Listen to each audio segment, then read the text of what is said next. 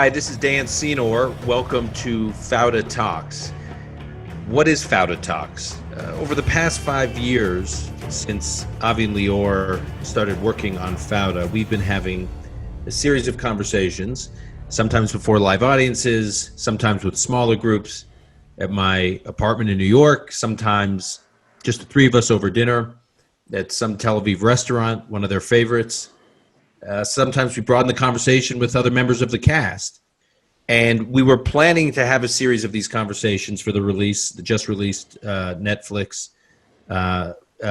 original series, Fauda 3. But obviously we are all sheltered in place and we can't do that. So we thought we'd try having this conversation over Zoom, over podcasts, over other platforms. So today is our first effort at doing that. We're focused on the origins of Fauda, and then we'll work through a number of episodes where we talk about the different seasons of Fauda. So I'm going to welcome to our conversation right now Avi Issacharoff and Lior Raz. Avi Issacharoff, who's a longtime journalist in Israel, award-winning journalist and author. He was a defense correspondent for Haaretz. He was a correspondent for Walla, a writer for Times of Israel. But he is most known for being co-creator and one of the lead writers of Fauda, which was released a few years ago for the first time by the Yes Network in Israel and then by Netflix. I'm also joined by Lior Raz, who is a longtime actor in Israel and now internationally. He's worked on several films, including Operation Finale with Ben Kingsley.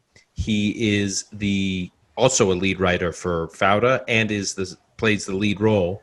Doron, we'll talk about the Doron character in a minute, but he plays the lead character in Fauda. So welcome, Lior and Avi, to our conversation. Thanks, man. How are you guys holding up? We're all in our respective homes. I'll start with you, Lior. How are you holding up? Oh, actually, I'm trying to do my best. I think I'm having fun here with my kids, with my family. I was shooting for the last 2.5 years, almost every day. So now I have time to relax a little bit, to write with Avi. We have so many projects that we have to write. So it's a good time for me. One quick question, Lior. We'll talk about Doron from Fauda a little later when we jump into the show. But how would Doron be dealing with lockdown right now? If Doron were sheltered in place, I have two images of what Doron would be doing. One, he'd be going out of his mind in his home and going crazy with his wife and kids. Or Doron would actually ignore the government rules on shelter in place, would actually break out of his home, break out of the 100-meter requirement in terms of no traveling past 100 meters, and actually try to hunt down people who were violating the rules about quarantine. Which is it? So first of all, you cannot lock Doron. You know, it's just like a lion in a cage, probably. So probably would go out and maybe try to hunt the virus, not the people. Doron would try to hunt the virus because Doron would believe he could hunt the virus. He can. All right. Just can. All right, Avi. How is lockdown been for you? Jaws of virus, you know. He drinks it. He drinks it, exactly. Yeah. Okay. It's good for his immune system. Yeah. Yeah, he would think that drinking the virus would help him hunt down Hamas. Avi, how's lockdown been for you? Well, pretty much like everyone, I guess. I am privileged in a way because in Israel, if you are divorced, so you're allowed to travel outside your house to the divorcee, to the ex-wife house, and then to bring your daughter or kids or whatever. So I have a kind of a license to go all over Tel Aviv. And other than that, I'm still running even more than 100 meters, but don't tell anyone, of course. The viewers, for those listening or watching, Avi is an insanely intense runner. He's run how many marathons? A few. A lot. A lot, yeah. And so you're still running even though you're not supposed to. Yeah. So you really heard the run here. No, just running pretty fast, and I hope that I'm faster than the police. That's it. All Okay.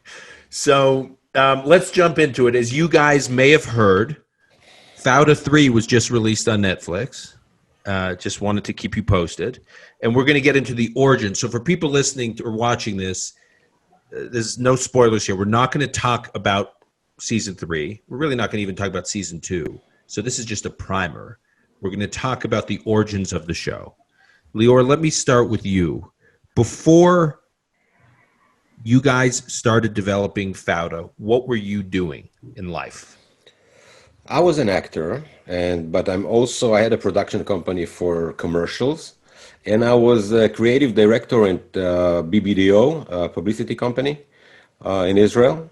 So I worked. I was every day waking up at 8, going to work from 8 to 5 as a creative director. But then I met Avi again after a few years that we didn't meet, and our meeting actually changed both of us lives.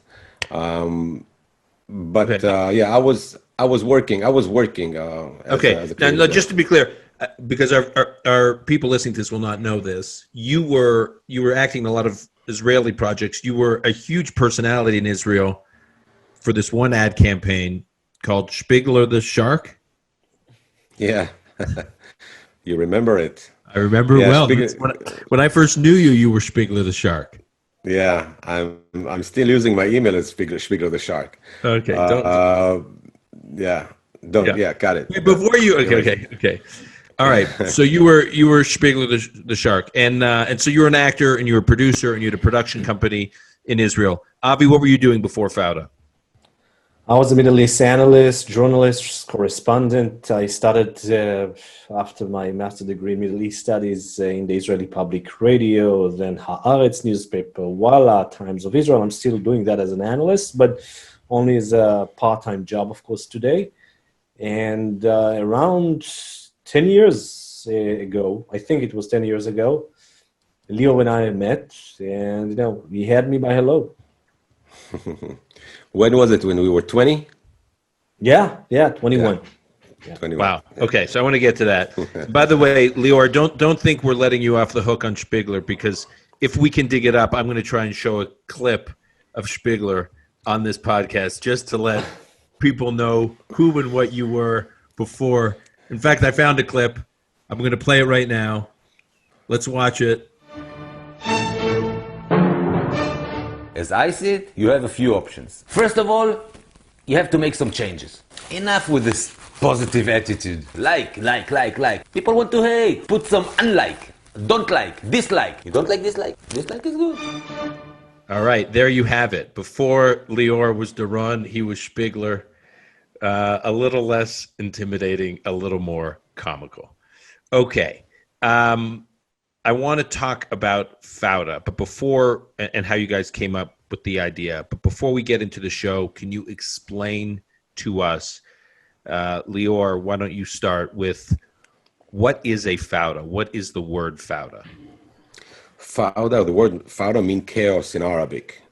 And in the late 90s and beginning of the 90s, the late 80s, the beginning of the 90s, when there were the first intifada in Israel, it was riots, Palestinian riots against the Israeli army and an Israeli, all Israelis. So the Palestinian used the word chaos, Fauda, as meaning of what happened to them, how they lived in those days. They were living in chaos. But also they used it when they went to demonstrate and say, we have Fauda. So, a lot of people went to demonstrate together and to actually to make a kind of a chaotic times to the Israeli army. But us, in the special forces, we use the word Fauda in a different way. When we were discovered, we say in Hebrew, burned. When we got burned, then when they discovered that we are Israelis and not Palestinians, and the riots starting were starting, and all the people were coming toward us. So the code in the radio was to the rescuers, we have Fauda. So we used it. So it's double meaning, and this is why we chose the name. Okay, so now this is a perfect jumping off point, because I want to talk about your military experience, both of yours, because it's what inspired this television series. So, Avi, explain to us what you and Lior did in the military that became the inspiration for this television show. So back in the 90s, we were in the Israeli Special Forces in an undercover unit. This undercover unit, which is called in Israel Mistarvim, people that are dressed up, disguised as Arabs, talking Arabic in order to assimilate into the local population, and by that allowing them to get to the bad guys. Meaning, if you have a wanted terrorist, just think for just 1 second as a wanted terrorist. You know that the army is coming, so you expect it to come. So you look all over the place for men in uniform, or army vehicles, something that would look like an army. But then the army understood that, and around 1986, Ehud Barak, back at that time, was the chief of staff, and he decided that the Israelis needs to be a bit more clever than that. In order to get to the so-called bad guys or the wanted terrorists, you need to get very close to them, and by that you're disguised as Arabs, they won't notice that you're there. Adding to that is also another calculation into this equation, meaning that the Israeli army didn't want to create a kind of collateral damage. I mean, okay, let's say that where a wanted terrorist is hiding right now. So you have the option of going and bombing his house. But then you have a collateral damage of people getting killed and injured that weren't supposed to get hit by a rocket or by a bomb. So what they did by using the special forces, it allowed them to really grab the guy, to hold him. Ehud Barak used to call it, look into the terrorist eyes, eye to eye, and to get to them and then to arrest them. And by that, preventing any casualties from the innocent population around them. And so give me an example of a situation you'd want to avoid. Like Jenin, during the Second Intifada. You had Jenin, you had a lot of Palestinians. You know the numbers better than I do. A lot of his IDF soldiers and a lot of what year was Jenin? 2002? Yep. Okay, yep. So in 2002, during the Second Intifada, Israel goes into Jenin. There's an operation. Some 50 Palestinians get killed. Yeah.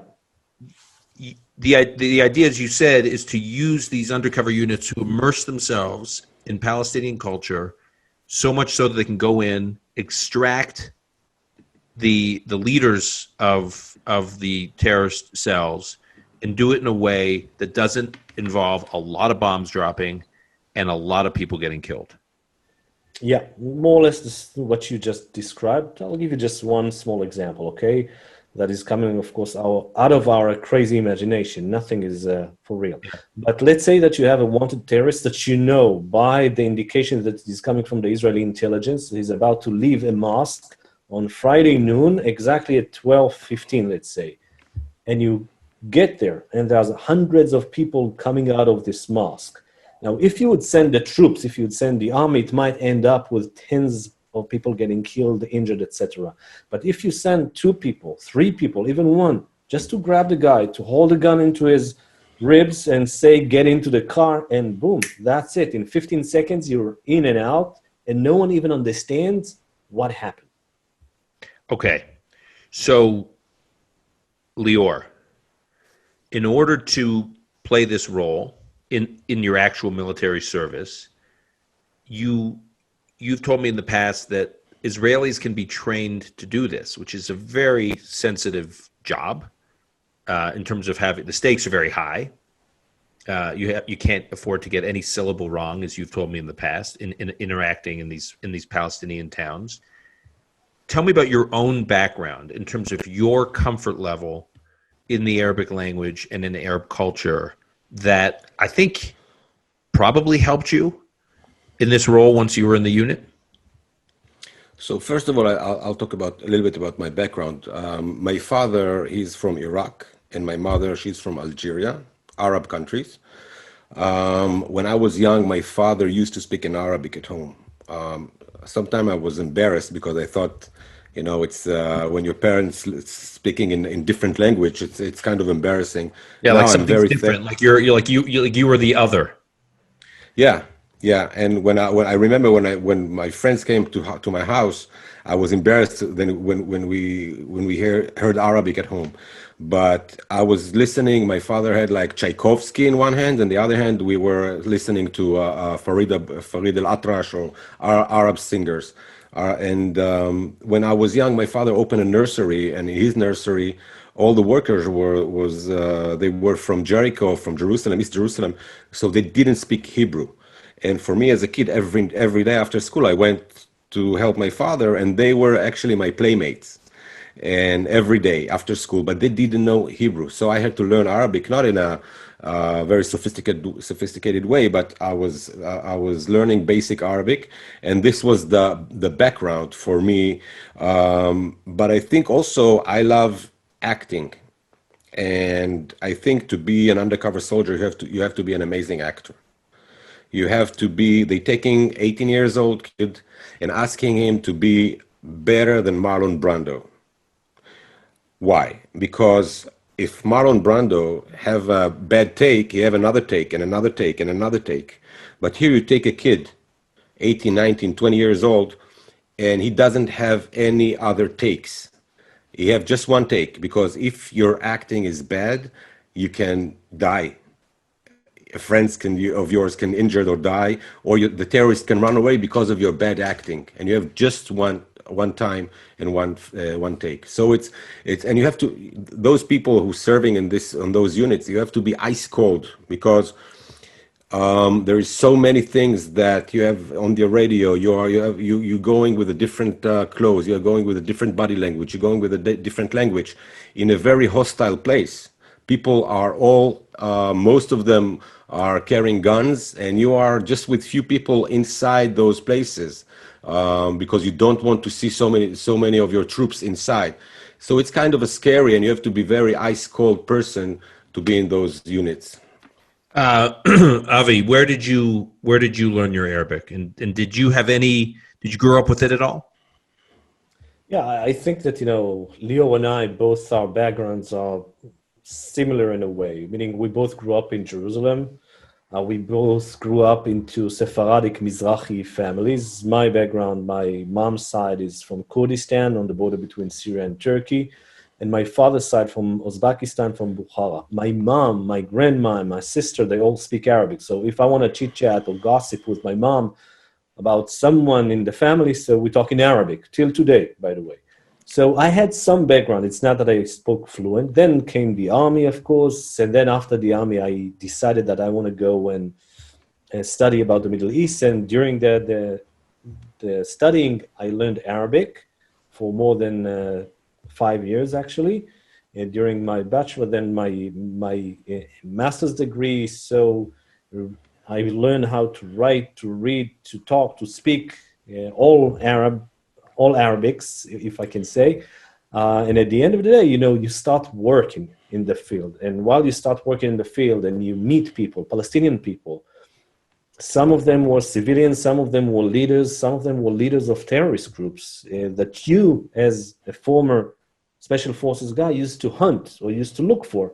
And now you're sitting with them in a room or in their house or in their office, and you're drinking coffee or tea and having lunch with them, and they are terrorists that are considered by the Israeli population as enemies. And that was my new mission after the army. So I want to talk about how you guys came up with the idea for this show. And I understand it was, you first conceived of it while you were in some kind of reserve duty for the unit you served in. Lior, why don't you tell us about how you guys came up with this crazy idea? Yeah. So me and Avi in the Israeli army. There is something called reserve. So you have to serve something like few weeks in a year in your unit, and we were there together, and we were. I won't explain anything that we've seen there, but there was something spectacular that me and Avi we saw together, that those soldiers did. And Avi looked at me and he asked me, I think, the most important question that someone asked me in my life, the questions that change our lives. And he asked me a simple question. He said, and it was it was near, it was in the desert somewhere, and he was asking me if I have a dream. And I said, yes, of course I have a dream. I want to write something. I don't know what, a movie, a book, a series. We didn't know what is it about those undercover soldiers and actually the mental price that they are paying for their actions. Them, their families, and everyone. And Avi immediately told me that he has the same dream. We're sharing the same dream for a long, long time. And also, Avi said that he want to open like a window for the Israelis, for the Israeli audience to the Palestinian side, because in Israel, in the Israeli culture, nobody talks about the Palestinians. You don't see that. You don't see how they live. You don't see how they think and what's going on over there. And immediately, we came together, and Avi told me, let's start to write. I said, what? You know, now? They said, come to my apartment and let's start to write. And we actually, this is how we started in a coffee. Actually, it was in a coffee shop in Tel Aviv. That's how we started. Why on earth did you guys think, and Avi, I'll ask you this, why on earth did you guys think there would be a market for this? I mean, isn't the Israeli audience tired of just watching this endlessly? It's their real lives. And what was the reaction you got? I wouldn't say tired, I would say exhausted, like fed up. They don't want to hear about the Israeli-Palestinian conflict. And you see that as a columnist, as an analyst for Middle East issues, you know, I can feel that the interest among the Israelis about this conflict is way, very low.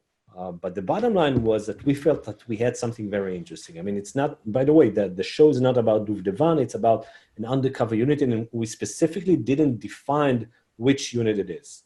But other than that, you know, when we came to the so-called journey of ours, Lior and mine, we didn't think that it's going to succeed. I mean, I swear, honestly, we were sure that it's going to fail. Our feeling was that, you know, everyone's going to say no. And everyone did say no. I mean, all the different networks that we went to, whether Keshet and then Reshet and then Channel 10, and all of them looked at us like two crazy Jerusalemites that are coming from nowhere and talking to them about a show that half of it was going to be in Arabic and it's going to deal with the Israeli-Palestinian conflict. And they looked at us as like, okay, thank you guys and goodbye. And then, you know, even our producers, our production company back at that time said to us like, guys, you have to give up. It's not going to happen. No one's going to take a show like that. But, you know, like two good fellows from Jerusalem, when we were told that the door is closed, so, hey, we got to break the door. I mean... Or find the window, Avi. Yeah, but breaking the door is more like... So... Okay. Picking a lock. We find some kind of a connection to Yes satellite television company, and we went there for a pitch, and we sat there in the room and we started to pitch, and we saw that the guy in the room was pretty enthusiastic. His name is Yona, and there were three women in the room, and all of them did all kinds of awkward faces that we didn't really understand. But the man, Yona, was enthusiastic enough in order to take it, and when we started our way, and after the first season was aired, Yes did some kind of a research, a poll, in order to see who watched it and who didn't. And they found out that more women watched the show comparing to men. And the other big surprise, once the show was released, was that the show found an audience in the Palestinian communities, in the Israeli Arab communities inside Israel, and in the broader Arab world. So Lior, first, can you describe for us that reaction, like when you guys first started to realize that this was developing a following in the broader world? Yeah, first of all, we thought that nobody would watch the show, just Avi's family and my family, you know. So when we understood it's a big hit in Israel, we thought, okay, it's a big hit in Israel. And then we started to get some messages from Palestinian people, from all the Arab world. And now when third season is out, you know, I'll show you my Instagram, I'll show you my Facebook. I have hundreds and hundreds of messages from people from Turkey, from Syria, from Lebanon, from Kuwait, from Tunisia, Iraq, people writing to me, and what I love that happening for Israelis and Arab audience, that a lot of them telling me for them, this is the first time that they feel compassion to the other side. both Israelis and both Palestinians, or even Arab people from all over the world.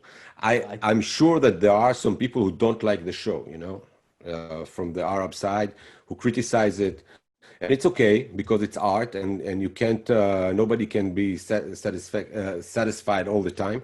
But most of the reaction that I get, it's amazing. I was in Abu Dhabi for a few weeks, working there, shooting there the movie Six Underground with Ryan Reynolds, and we stayed there for a long time. And every night I had dinner with people who, as Israeli, I never thought that I will meet. People from Syria, from Yemen, from Saudi Arabia, and because of the show, we were sitting together, and people really loved the show. Avi, you had a similar experience. Yeah, even today, by the way, I told Leo, and we were discussing that we had a kind of an interesting message from Iraq coming. I had a phone call today from a former Palestinian official that everyone who are dealing with the Palestinian issue, they know his name, I can promise you that. And he's watching the show, and he likes it. I mean, he had some criticism. He said that maybe it's too much here, maybe it's too much there, but he said, hey, you did a great job, and good for you. I mean, and I wish you all the success in the world. And then, it reminds me that a few months ago, I got a phone call from one of the Palestinian President Mahmoud Abbas's aides, so one of his assistants. And the guy called me just in the middle of the day, and he said, yeah, Avi, how are you, blah, blah, blah, blah. And then he said, listen, my kids are hooked up to Fauda. When is third season coming? And I had more or less the same experience with someone from Hamas who saw the first episode on YouTube of first season, and then texted me, and we're talking about a Hamas official in Qatar. He texted me, WhatsApp me, can you send me the link for the second episode? And this is a Hamas official. So you understand that, this show managed to get to the other side, and even to Israelis, of course. And how hard was it, Lior, how hard was it when you had just conceived of the idea, the project had been greenlit, and you'd begun the casting process? How hard was it to get Arab actors to play in these roles in an Israeli-produced show about the Israeli-Palestinian conflict? So you're right. It's not easy, because in the beginning they just got a script or just a description of the script of the script that says it's undercover units who fight the terror militants in the Palestinian militants in the West Bank. So me and Avi, mostly Avi, had to talk with them a lot and to convince them and to show them that we're trying to write their side as we're writing the Israeli side. And they are rounded characters. So I think in the first season there were just one actress that wrote something bad about us and asked people not to audition, but she didn't read the script. You see that because she said stuff that is not exist in the script. But now when you ask any Arab actor to play in Fauda, and they would love to come. So the Black Panther, the lead Palestinian who you're hunting down in season 1, Abu Ahmed. Hisham Suleiman. Hisham Suleiman's the actor. Did he, when you were dealing with casting for him, was he uneasy about it or happy to do it? So first of all, he was happy, but he had a lot of questions, and he tried to protect his character as actors do. I'm protecting my characters all the time. Explain what that means, because when you say protect, meaning getting into debates with you guys about changing some piece of some quality of the character. Explain that. Yeah, because as character, Chris White, is the director that I worked with, told me something amazing. He said to the writer who was there with me, he said, listen, you have to listen to the actors because they are the best advocate for the characters. They're going to sleep with their characters. Us, as writers, we see the whole picture. We're not going to sleep with all the characters. And when you talk with someone like Hisham Suleiman, he's trying to find how proud this character is, and he wouldn't say that. He will fight against that. He won't kill someone like that, innocent people. So we have a lot of debate. Sometimes we're listening. Sometimes we're accepting the thing that they're asking, and sometimes we're not because it's not not doing good to the story. And sometimes this plays out on the set. Like you guys are on the set about to do a shoot, and he would say, "I think we should tweak this." No, it's in rehearsals, mostly in rehearsals, and when you read the script. But there's something very typical to Israeli shows, and Fauda specifically, I think, that even more than the others, that we're very open, that we're very dialogue open with the actors and actresses. Meaning, we were just shooting another show for Netflix, an American show this time, and there's less freedom to the actors and actresses to express themselves or to debate or to argue about their lines. And in Israel, it's something more common, I would say, that, actors and actresses can change their dialogues or, discuss it. Not changing. They have to offer it. Yeah. Offer it and discuss it with us, with the creators, with the writers of the show. Shireen. So she's obviously a big character in the first season. Where did you find her? Tell us a little bit about that origin. So, Avi, sure. So we were looking for a leading actress, a character that would represent in a way the Palestinian side, the leading woman character. And we were looking pretty hard in Israel, but then we've heard about this French actress who played in a movie, in an Israeli movie, that she did great. We watched the movie and we contacted Shireen, or Leticia Ido, that's her real name. She's French. She's coming from a Lebanese family, and she has some kind of a Jewish origins among her ancestors, meaning it's a kind of, combination of Christian, Muslim, and even a small portion of Judaism in its role, in its real-time roots. And we've met her. She didn't know a word in Arabic. She had to learn by heart the lines. She had to memorize all her lines in Arabic in order to speak in Arabic, but she kept her French accent, of course. So, and this is why our doctor, Shireen, the character, has a kind of a background that she studied medicine in Paris, in France. So that, I want to stay on that for a moment. She did not, the rest of your Arab cast are fluent in Arabic. It's their first language. She was a lead character. She does not really speak any Arabic. So she just was memorizing lines that she actually didn't really understand. I mean, not natively.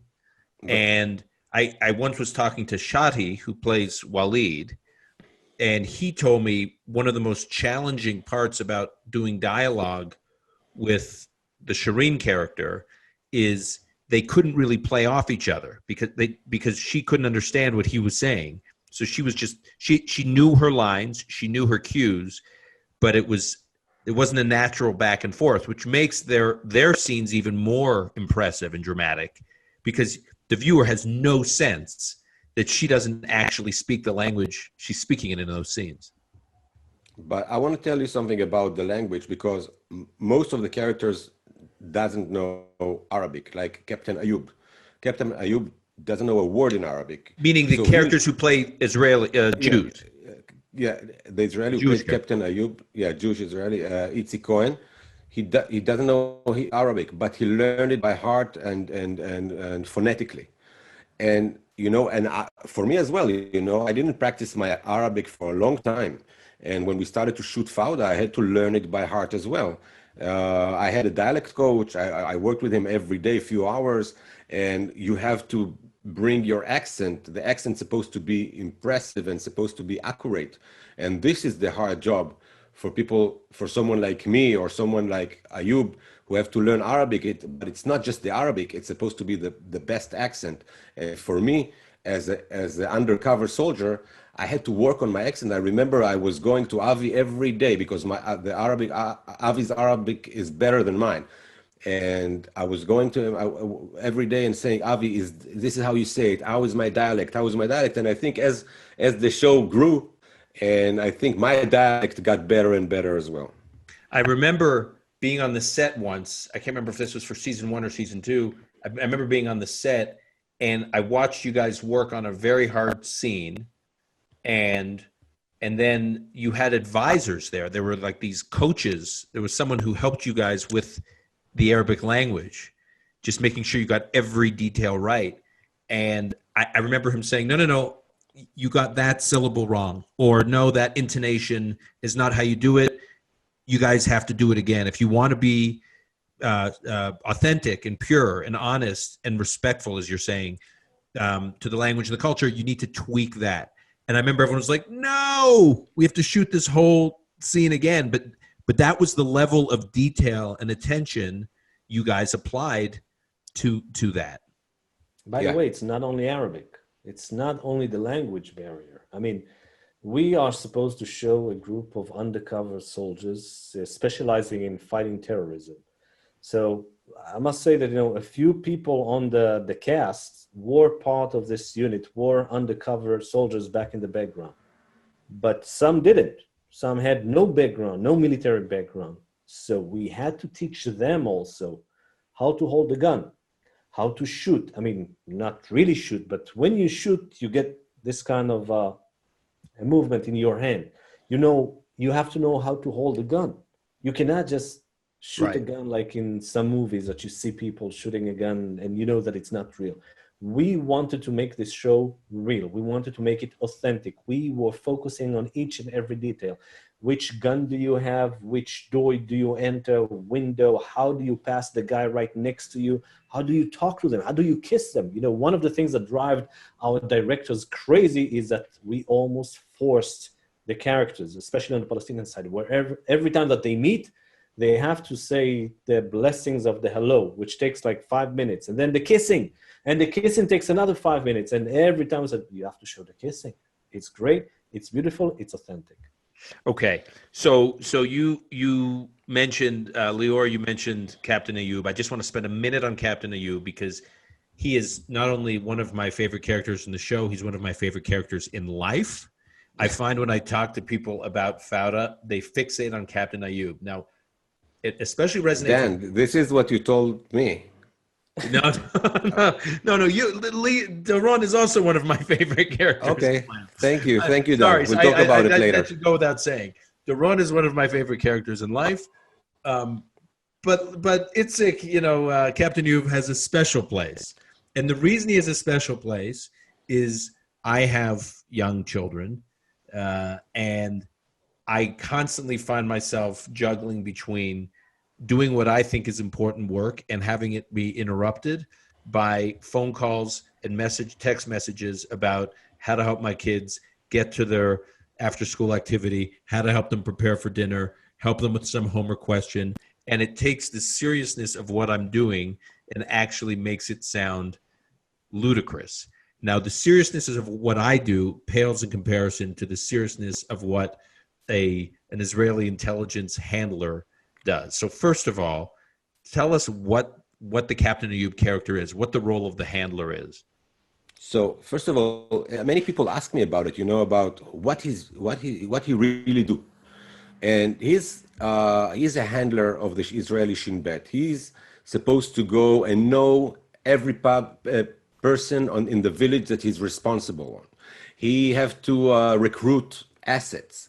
He interrogating. He's the chief master and the brain behind the operations. But Itzik, Captain Ayub, when he came to the first time and we saw him, and he has something very gentle inside of him as a person, but he's very tough as a handler. And I remember when we had a writer called Moshe that we wrote with us the first season, and he was very serious about his work, as well. But every day at like 11:30 in the morning, he got a phone call from his kids.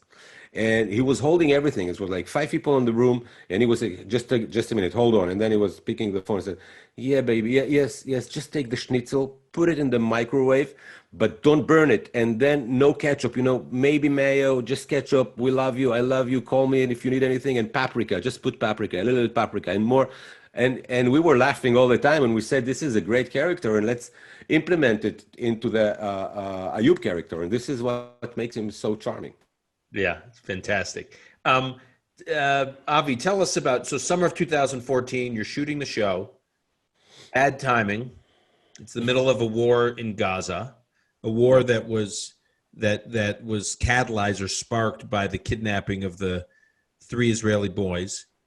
And you're trying to shoot a show about the Israeli-Palestinian conflict in an Arab town, Kfar Qassam. Yeah. Bombs are, rockets are flying. The whole country feels on edge, and you're trying to shoot scenes with an Israeli cast, an Israeli Jewish cast, an Israeli Arab cast, crew from both sides of the divide. Describe how you pulled that off. Well, it was kind of a crazy experience, I must say. Very interesting one. I mean, starting with, of course, the abduction of the 3 boys, and we were just about starting to shoot Fauda, and Fauda deals with the abduction of one of the soldiers in the first season, if you remember. And for us, it was almost confusing at some point. I mean, for me as a journalist, that I went back and forth from the West Bank and even Gaza Strip was embedded with the army. So it was a kind of, you see it on real life, you see it then shooting on the screen or shooting it for Fauda, and those 2 entities just collide together and meet together at some point. But other than that, the cast had a kind of a very, very unique experience. When you have Jewish people and you have Muslim and Christian people, actors, actresses, but not only, also part of the production company. Half of it was Arab and half of it were Jews. And they're all working together, and you hear the sirens, and you have to find some kind of a shelter, and there's no shelter in Kfar Qassam or in the places that we were shooting. But at the end of the day, you understand that the missiles do not make any kind of difference between Arabs or Jews. And I think that one of the most interesting experiences happened with the mayor when he called Lior, and maybe Lior, you'd say a few words about that. Yeah, in the beginning, we thought we actually canceled the shooting in Kfar Qassam because we didn't know what's going to be there. Because actually we were scared, it's an Arab-Israeli village. We didn't know how they will welcome us. And so we canceled the first day. And after the first day, the mayor of the city called the production company and said, when you were convincing me that you're going to come to Kfar Qassam, you talked about coexistence. So let's talk about coexistence now when we have the war. Let's come over here. We'll protect you. We will welcome you. And immediately that night, we brought all the crew, all the trucks, and we stayed there for a few weeks. And it was an amazing experience because we were all together, Arab, Jews, Christians, in kind of a creative bubble, and with love and care of each other in the middle of the war. And this was all about, this is Fauda, and I think that nobody who was on that set in this summer will forget the experience that we had. It was amazing. And this was an Israeli Arab mayor. Yeah. Okay. And then before we wrap up here, I want to ask each of you, because I know so much of the making of this show is infused with your own personal experiences. There's one episode early in season 1 where there's a dedication of an episode to the memory of a woman named Iris, and it deals with when a woman on the show is killed in a terrorist attack in a bar, a suicide, a bomb attack. Lior, can you tell us about your own experience with this character, Iris, why the dedication, what the origin of that is? Yeah. So first of all, Avi and I, we tried to bring a lot of our experience to the show. Thing that happened to us, thing that happened to friends of us from the unit, thing that we know that happened. And when I was 19, I had a girlfriend for 3 years. Her name was Iris Azulay, and we were together. She was my sweetheart, the first love. Everybody remember it. And one Sunday morning, she had to go. She went out from our house in Jerusalem, in Baka, and then a terrorist came and stabbed her to death. and not just her, another two, Charlie Schlush and Eli Altaras. So he killed actually three people in this morning. It was one of the hardest things that happened to me in my life. And actually, I didn't talk about Iris for a long time, not with my family, not with my kids, not with my friends, no one. But Avi knew Iris from Jerusalem. We grew up together, Avi and I, in Jerusalem, and he knew her. He knew the story, and he said, "Let's talk about it a little bit." It was hard in the beginning, but then we actually wrote a plot that happened. You know, we have someone from the unit, Boaz, and his girlfriend is died in a terror attack, and how it affected him, and it was the same that the way that it was affected me when I was young, and so a lot of the dialogues was quite similar to the dialogues that I had with Iris, and you know what? It was kind of a healing process, the writing of the show. Not just because of Iris, because of a lot of things that happened to us. And you know, for me, I had a blackout. I didn't remember so many operations that I was in, and the name of villages. But when I met Avi have an amazing memory. Amazing. I can ask everything. He will tell you everything by dates and hours.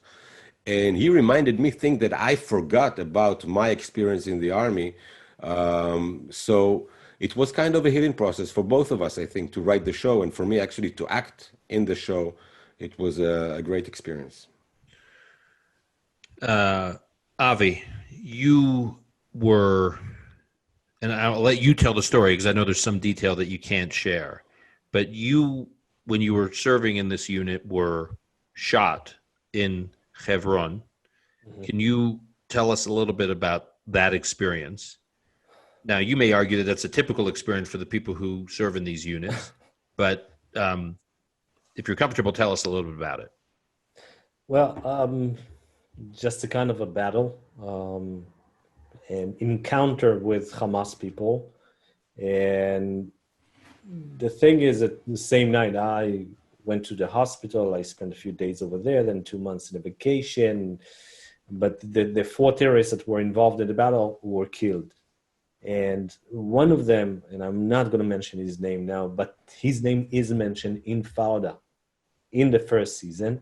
We won't say how, where, when, but that was a kind of a cold revenge that I had to put into the script. But one of the most amazing things that happened to me was that a few years later, a year after Fauda was aired, I interviewed a few people in Hebron, in the West Bank, students. And there were 5 students, male and 2 female, and I started to write their names. And one of them said that his name is exactly the same name like the terrorist who shot me. And I was kind of shocked. And I started slowly to ask him about where are the origins of the family, who do they support? And he said, we like Hamas. And I said, why do you like Hamas so much? And he said, well, my cousin was one of the founders of the armed wing of Hamas, Izzeddin al-Qassam. He said, and I asked him, and what happened to your cousin? He said, well, he was sleeping, and then the special forces, the undercover soldiers, came at night and shoot him. Now, I can promise you that wasn't the case. They weren't asleep. They shot at us first. But this is the narrative that he's been told since he was born, and he was born immediately after his cousin died, and he's carrying the name of his cousin. And for me, it was a very shocking experience. But I think that the serving in this kind of a unit and serving in combat units in general, whether in Israel or in any other army in the world, I think that brings you a lot of memories, experiences, sometimes traumas, sometimes scars that you carry with you for the years and years. But I think that, the bottom line is that I still carry that with a kind of a big smile on my face. And I hope that Lior too. So we're going to wrap up here, but is it safe to say that in season 2, there were similar experiences from your own experiences that infuse what some of the storyline and some of the characters in season 2? Yeah. So we will dive into those questions when we get into our conversation on season 2. In our next episode, we'll also talk about the rise of Walid, whose ascent is teased at the end of that dramatic closing of season 1. I know there's a lot of questions about what's going to happen with Shireen. We will dive into how you guys thought about taking the story to the next level, which you do in season 2, and we'll talk about in the next episode. And then we'll obviously continue with another episode after that on season 3, which is just released. Until then, Avi, Lior, thanks for always a very candid and illuminating conversation. For as many times as I've had these conversations with you guys, I learned something new every time, and today's no exception. So thanks a lot, guys. Stay safe. Thank you, Dan. Wash your Thanks, hands. Dan. Wash your hands. We will. All right. Thank you. Thanks. Bye-bye. Stay home.